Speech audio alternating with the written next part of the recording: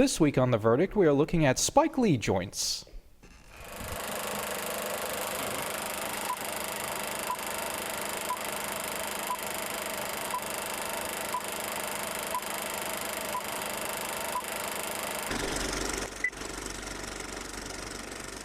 Welcome to The Verdict. I'm Shane Martin. I'm JoeVanni Rangel. And I'm Jamison, Whatley. This is a classic movie from Spike Lee. She's Gotta Have It. It's about Nolan Darling, a young charismatic girl from Brooklyn. Her only problem in life is trying to find the perfect guy to date, so she ends up juggling 3 at a time. The movie revolves around this love square, as I guess you would call it, as her 3 potential shooters constantly compete for her attention. Tube socks, $3 for $5. $3 for $5. $3 for $5. Hi, I'm Spike Lee. When I'm not directing, I do this. It pays the rent, puts food on the table, butter on my whole wheat bread. Anyway, I had this new comedy coming out. It's a very funny film. She's Gotta Have It. Check this out. Nola was something special. She had this amazing effect on men. Please, baby, please, baby, please, baby, baby, baby, please. Good night. Good night. Wait a minute. Is Jamie there? I was the best thing that ever happened to Nola, darling. Ask her, she'll tell you that herself. Why, she worshipped me. I've never seen anybody who liked to look at themselves more than you do. Don't you ever get tired? Never happened, baby.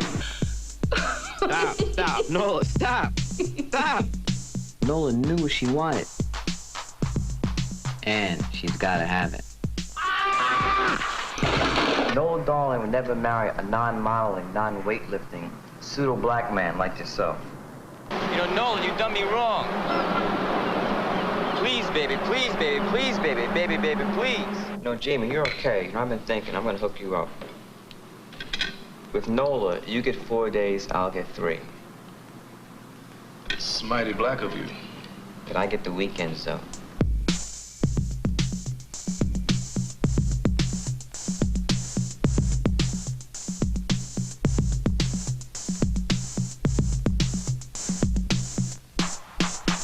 So you're bugging out, right? You're gonna go, you're gonna go, you're gonna go, you're gonna go. If you don't, I'll still be here on this corner. Tube socks, $3 for $5. $3 for $5.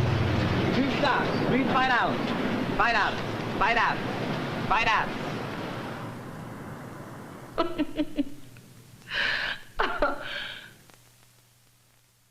The one thing that I gotta have from this movie is the excellence music score.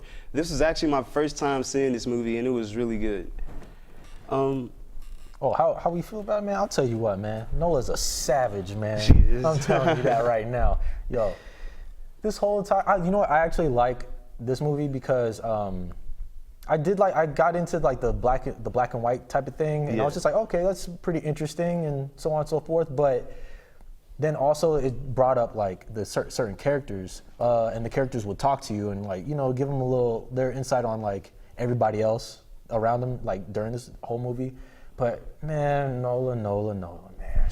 She did all, well, I guess from the dude's perspective, she did them dirty, but from her perspective and like the point that the movie's trying to make, which I think is a very strong, empowering female sexuality and just sexuality in general, because you see at the end of the movie, she's like, actually, because you know, like all these dudes just wanted her to commit to them, but she's like, that's not what I wanted to do. I'm gonna keep doing what I'm doing. That's true. And like, you know, keep on and like not listen to what anybody says, and that's the message that I really got from like Nola's perspective, even though she did kind of do all the dudes wrong. See, like, what I saw was the same thing, especially empowering sexuality.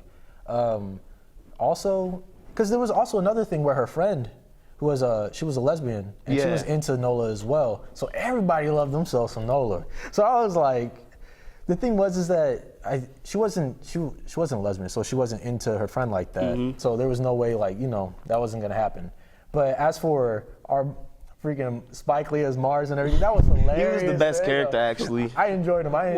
What I liked about the characters in this movie, like Mars, Greer, and Jamie, was that they all had different types of personalities. Like, you got Mars, who was like the outgoing, fun-loving type of guy. You got Greer was the more serious one, wasn't he?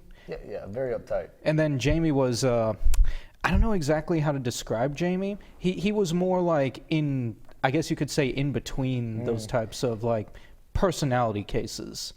And it's like, who was your guys' favorite character? Like, of all the three guys that Nola was with, which one was your guys' favorite? Definitely Mars. Mars. Because his main thing with Nola, he was like, at least I can make you laugh. What do the other guys do? And I was like, he had me laughing too. I was like, okay, bro. Yeah. Would you?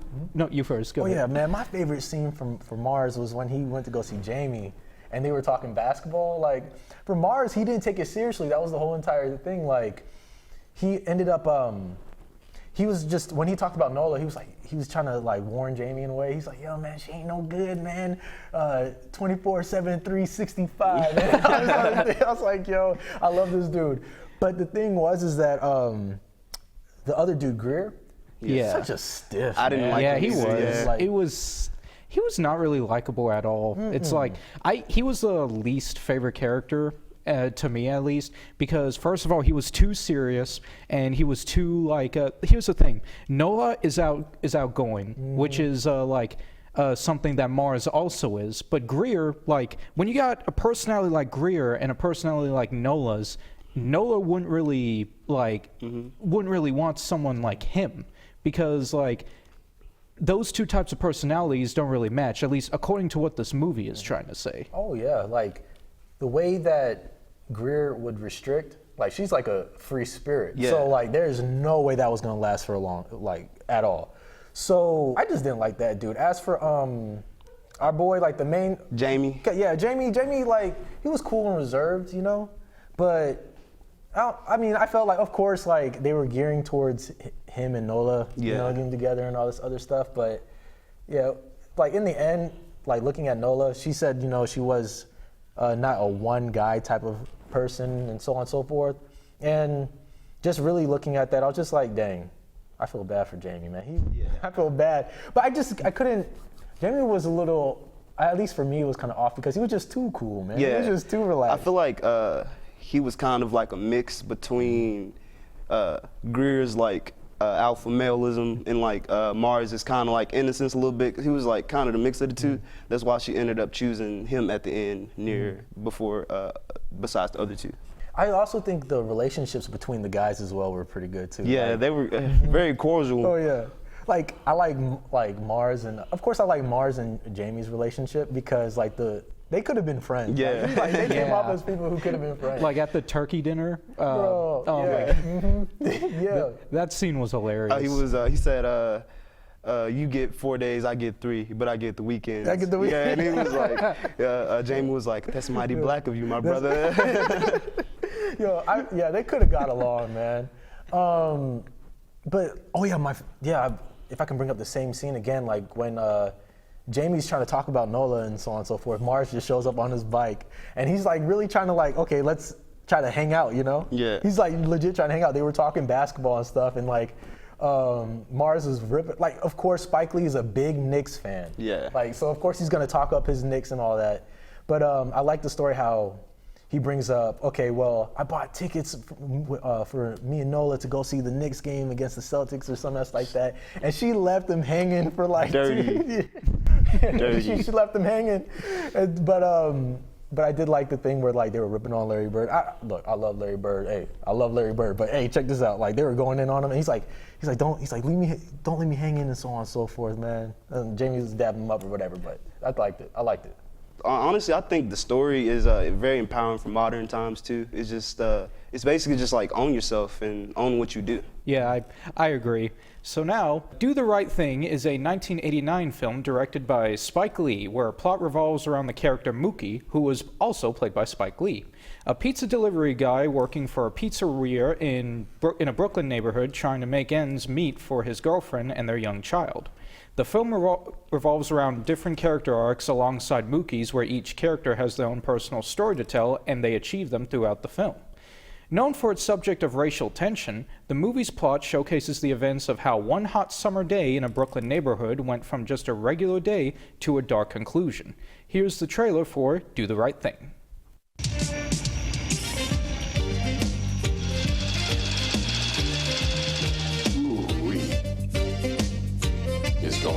caught you at the bait. Universal Pictures presents a new film from Spike Lee. Good morning, Miss Mother Sister. Now, Mookie, don't work too hard today. The man says it's gonna be hot as the devil. I've been here 25 years. LaSalle's famous pizzeria is here to stay. Trust me. Mookie, the last time I trusted you, we ended up with a son. I know you can't stand it. You can't stand it. Hey, Sal, I'm gonna bring from the wall here. You want brothers on the wall? Love. Get your own place. You can do what you want to do. 89 the number. Another summer. What I tell you about that noise? What I tell you about them pictures? Give us what we want. Gotta give us. You talk to him, brother. Talk to him. You the man. No, you the man. No, you the man. Are you the man? The first time you turn your back, boom. Right here, man, in the back. Y'all take a chill. You like to sign a petition to boycott Sal's famous pizzeria? Hear me, what you ought to do is boycott that no good barber that messed up your head. And that's the double truth. Rude, fight the power. Fight the power. We got the... You know, deep down inside, I think we wish you were black. Who told you to step on my sneakers? Who told you to walk on my side of the block? Who told you to be in my neighborhood? I own this brownstone. Who told you to buy a brownstone on my block, in my neighborhood, on my side of the street? I can't even hear myself think. From Spike Lee. Director of School Days and She's Gotta Have It. Good people, please. If we don't stop this and stop it now, we're gonna do something we're gonna regret for the rest of our lives. Doctor? Come on, what? Always do the right thing. That's it? That's it. I got it. I'm gone.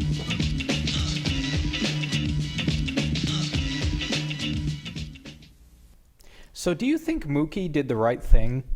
I was thinking about this too after I got through watching this movie from a standpoint of him and like I guess defending his heritage and being involved in his neighborhood, yes, but from a moral standpoint, no, because throughout the story, the stories, Sal, the pizzeria owner, and his two sons are supposedly racist, but they've been in this community for so long. And I think Mookie knows that that Sal isn't like that type of guy. That's why he was like so hesitant to throw that trash can into his shop at the end of the movie. And I feel like you just know that among your peers, if you were working, if you was in his situation and your peers found out that you were working for, a supposedly racist dude, that probably wouldn't go too well over with everybody. So I kind of see like what he was doing in that aspect. I think Spike Lee, he definitely gets a good grasp of his neighborhood and like how they feel about certain things. Like for one example was like the elderly dudes in the corner, and they saw like the Korean guy have his own shop like right there in front of them, and like you get 3 different perspectives of how they feel about that.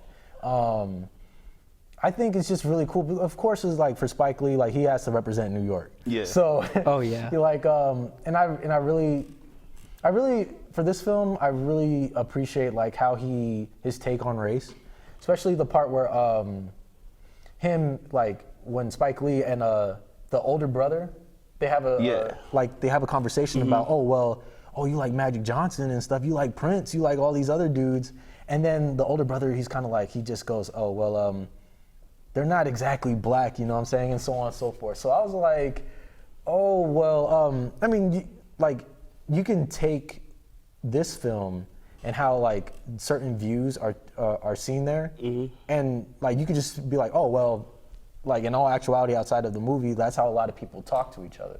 That's how a lot of people like their views on certain things are. So yeah. Yeah, and, because like oh, I'm sorry, you can go ahead if you want to say your thing. Yeah, I was gonna say that like kind of fits into the stereotype that only famous like black people can be, well off or wealthy. That kind of fits that one too, and like his thinking, because the only like black people that he said is like were famous, and he said he really doesn't really care for anybody in the community.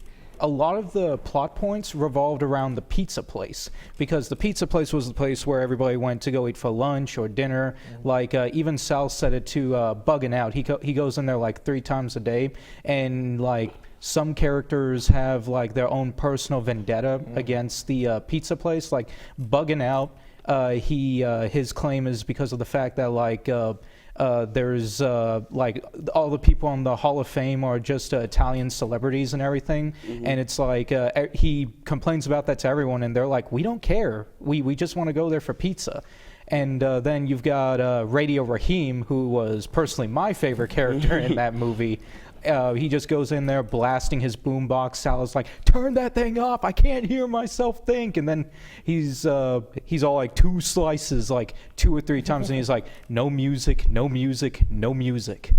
And like he also had some like his own arc going on with the shop in the corner, where like something about the batteries. You guys remember that part?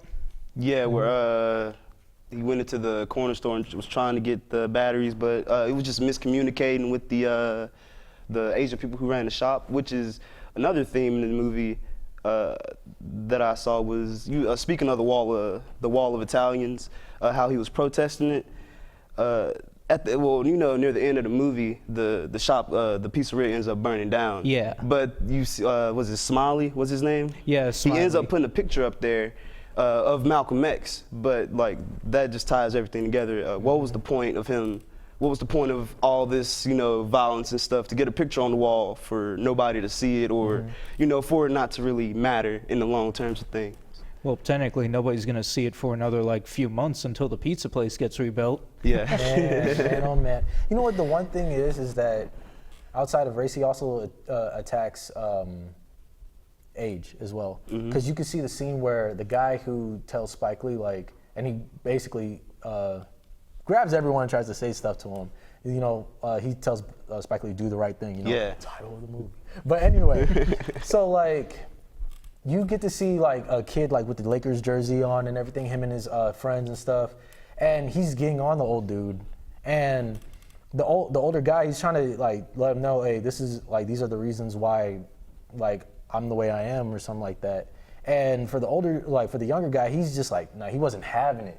He wasn't having it at all, and he was just going in on him. He's like, oh, if I was you, I would take care of my 5 kids, and I'll do all this, so on and so forth. And like for a lot of instances, like I guess like the battle of the ages and stuff, like in some forms, like the youth, like they'll like let like, oh, I know what's best, or something like that, like, but you not really comprehending or really trying to be considerate of someone else's situations, and you might just think, okay, well, I know what I'm doing. So I think that was pretty good too. I think he grasped that as grabbed that as well. Oh yeah, like and like it's not just the thing with age, but like as I stated before, one of the themes of this movie is like the theme of racial tension, because like that one scene where they all break the fourth wall, where you got the cameras zooming in and they all say their one person says one thing about another, and they say the thing, and then you got Samuel Jackson come out like, whoa, easy. Time out. Yo, that was really interesting, because then you end up getting the perspective of how like Spike Lee's, or at least the movie, like that world, like how they feel about each other. You know what I'm saying? So I would definitely say like, yeah, like for this movie specifically, like Spike Lee tackles everything that like really goes on in his neighborhood. Very appropriately too, might I add. Oh yeah. Oh yeah. So like, but how did you guys like really feel about the pizzeria, like the owner himself? I feel like he himself wasn't initially like prejudiced or racist or anything, but I feel like over time, as like the stuff progressed, that like his son's hatred kind of like, even like his son, who was extremely more against the African Americans than he was like, yeah, why are you like have so much hatred in you? But I think he wasn't like malicious at all to start with. Yeah, I feel that, man. So yeah, well, Ron Stallworth, a Colorado Springs police rookie, wants to prove that he has more than just the first African American first African-American detective in Colorado Springs. So he takes on a life-threatening job, and that's to expose the Ku Klux Klan. Watch as Rob and fellow detective Flip Zimmerman join forces to take down the hate group that is the Ku Klux Klan in Spike Lee's directed film, BlacKkKlansman. There's never been a black cop in this city. We think you might be the man to open things up around here.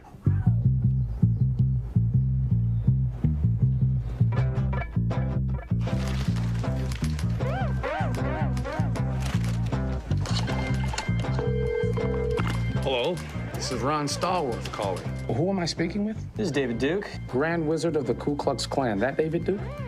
God, last time I checked. What can I do you for? Well, since you asked, I hate blacks. I hate Jews, Mexicans and Irish, Italians and Chinese. But my mouth to God's ears, I really hate those black rats. And anyone else, really, that doesn't have pure white Aryan blood running through their veins. I'm happy to be talking to a true white American. God bless white America. The KKK is planning an attack.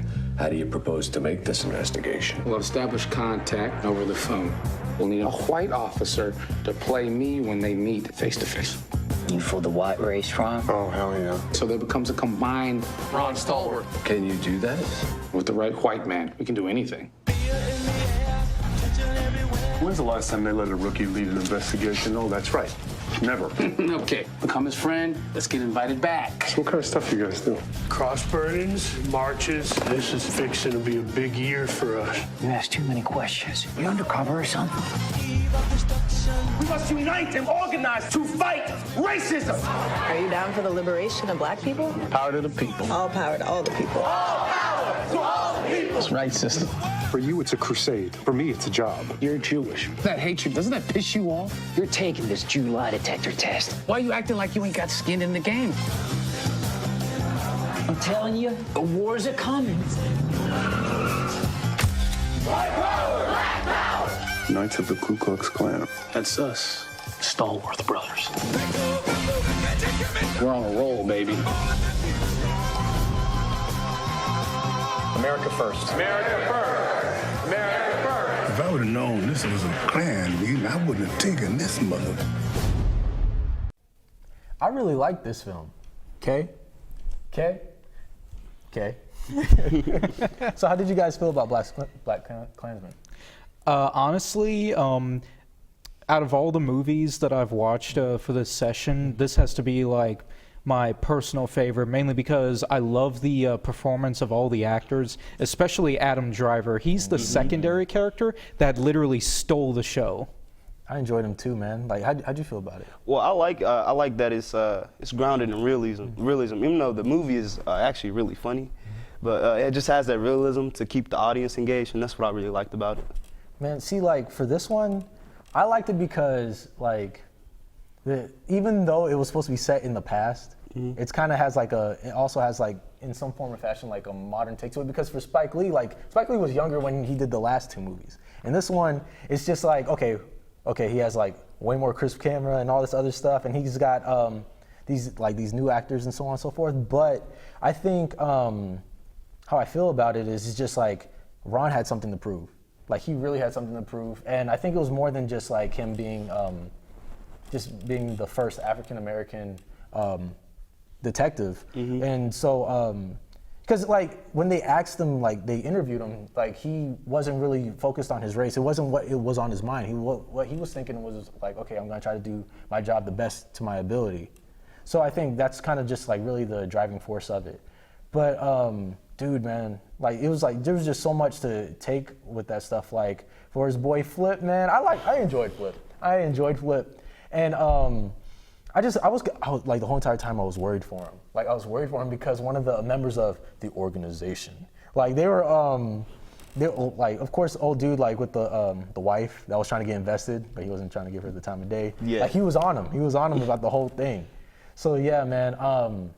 Another thing that's good about this movie is the music. The music is absolutely 70s-esque for like fits the scene, but it's like very well rounded and fits every scene.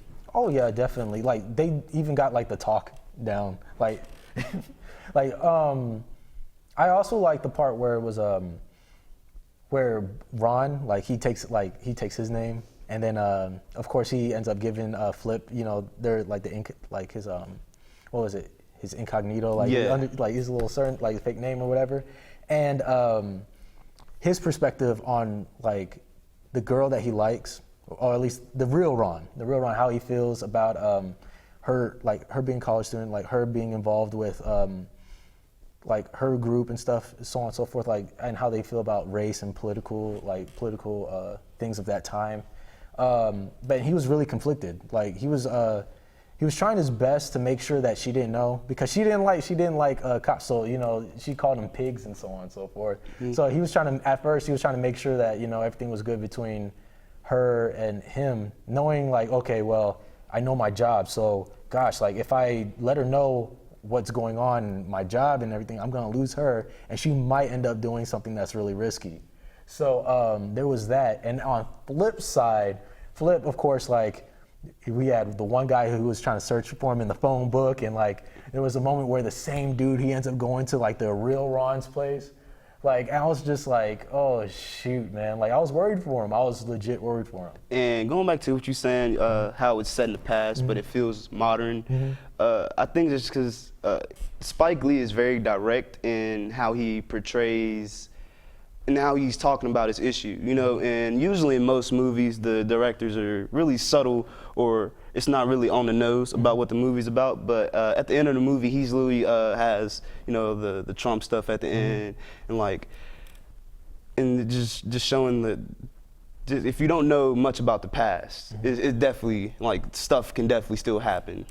Oh yeah, I found it a very interesting transition, like at the end for that one, where it was after they like tricked David Duke and all these and everybody else, where they pulled up that situation, you know, where everyone was protesting, and there was they showed Trump and everything, and they showed those situations of what happened to that girl, like when that car came in and hit everybody while they were trying to protest against the rally that was going on, and then there was also that, you know, they were trying to protest against whatever, you know, that little protesting situation. So it was supposed to, I think it was definitely supposed to hit you. Like compared to the others, I think Spike Lee definitely tried to use humor and try to use like everyday normal like relatability, you know. But for this one, he was really trying to like, okay, like try to hit you hard with, oh snap, like this is what's going on. Because by the end of the movie, and like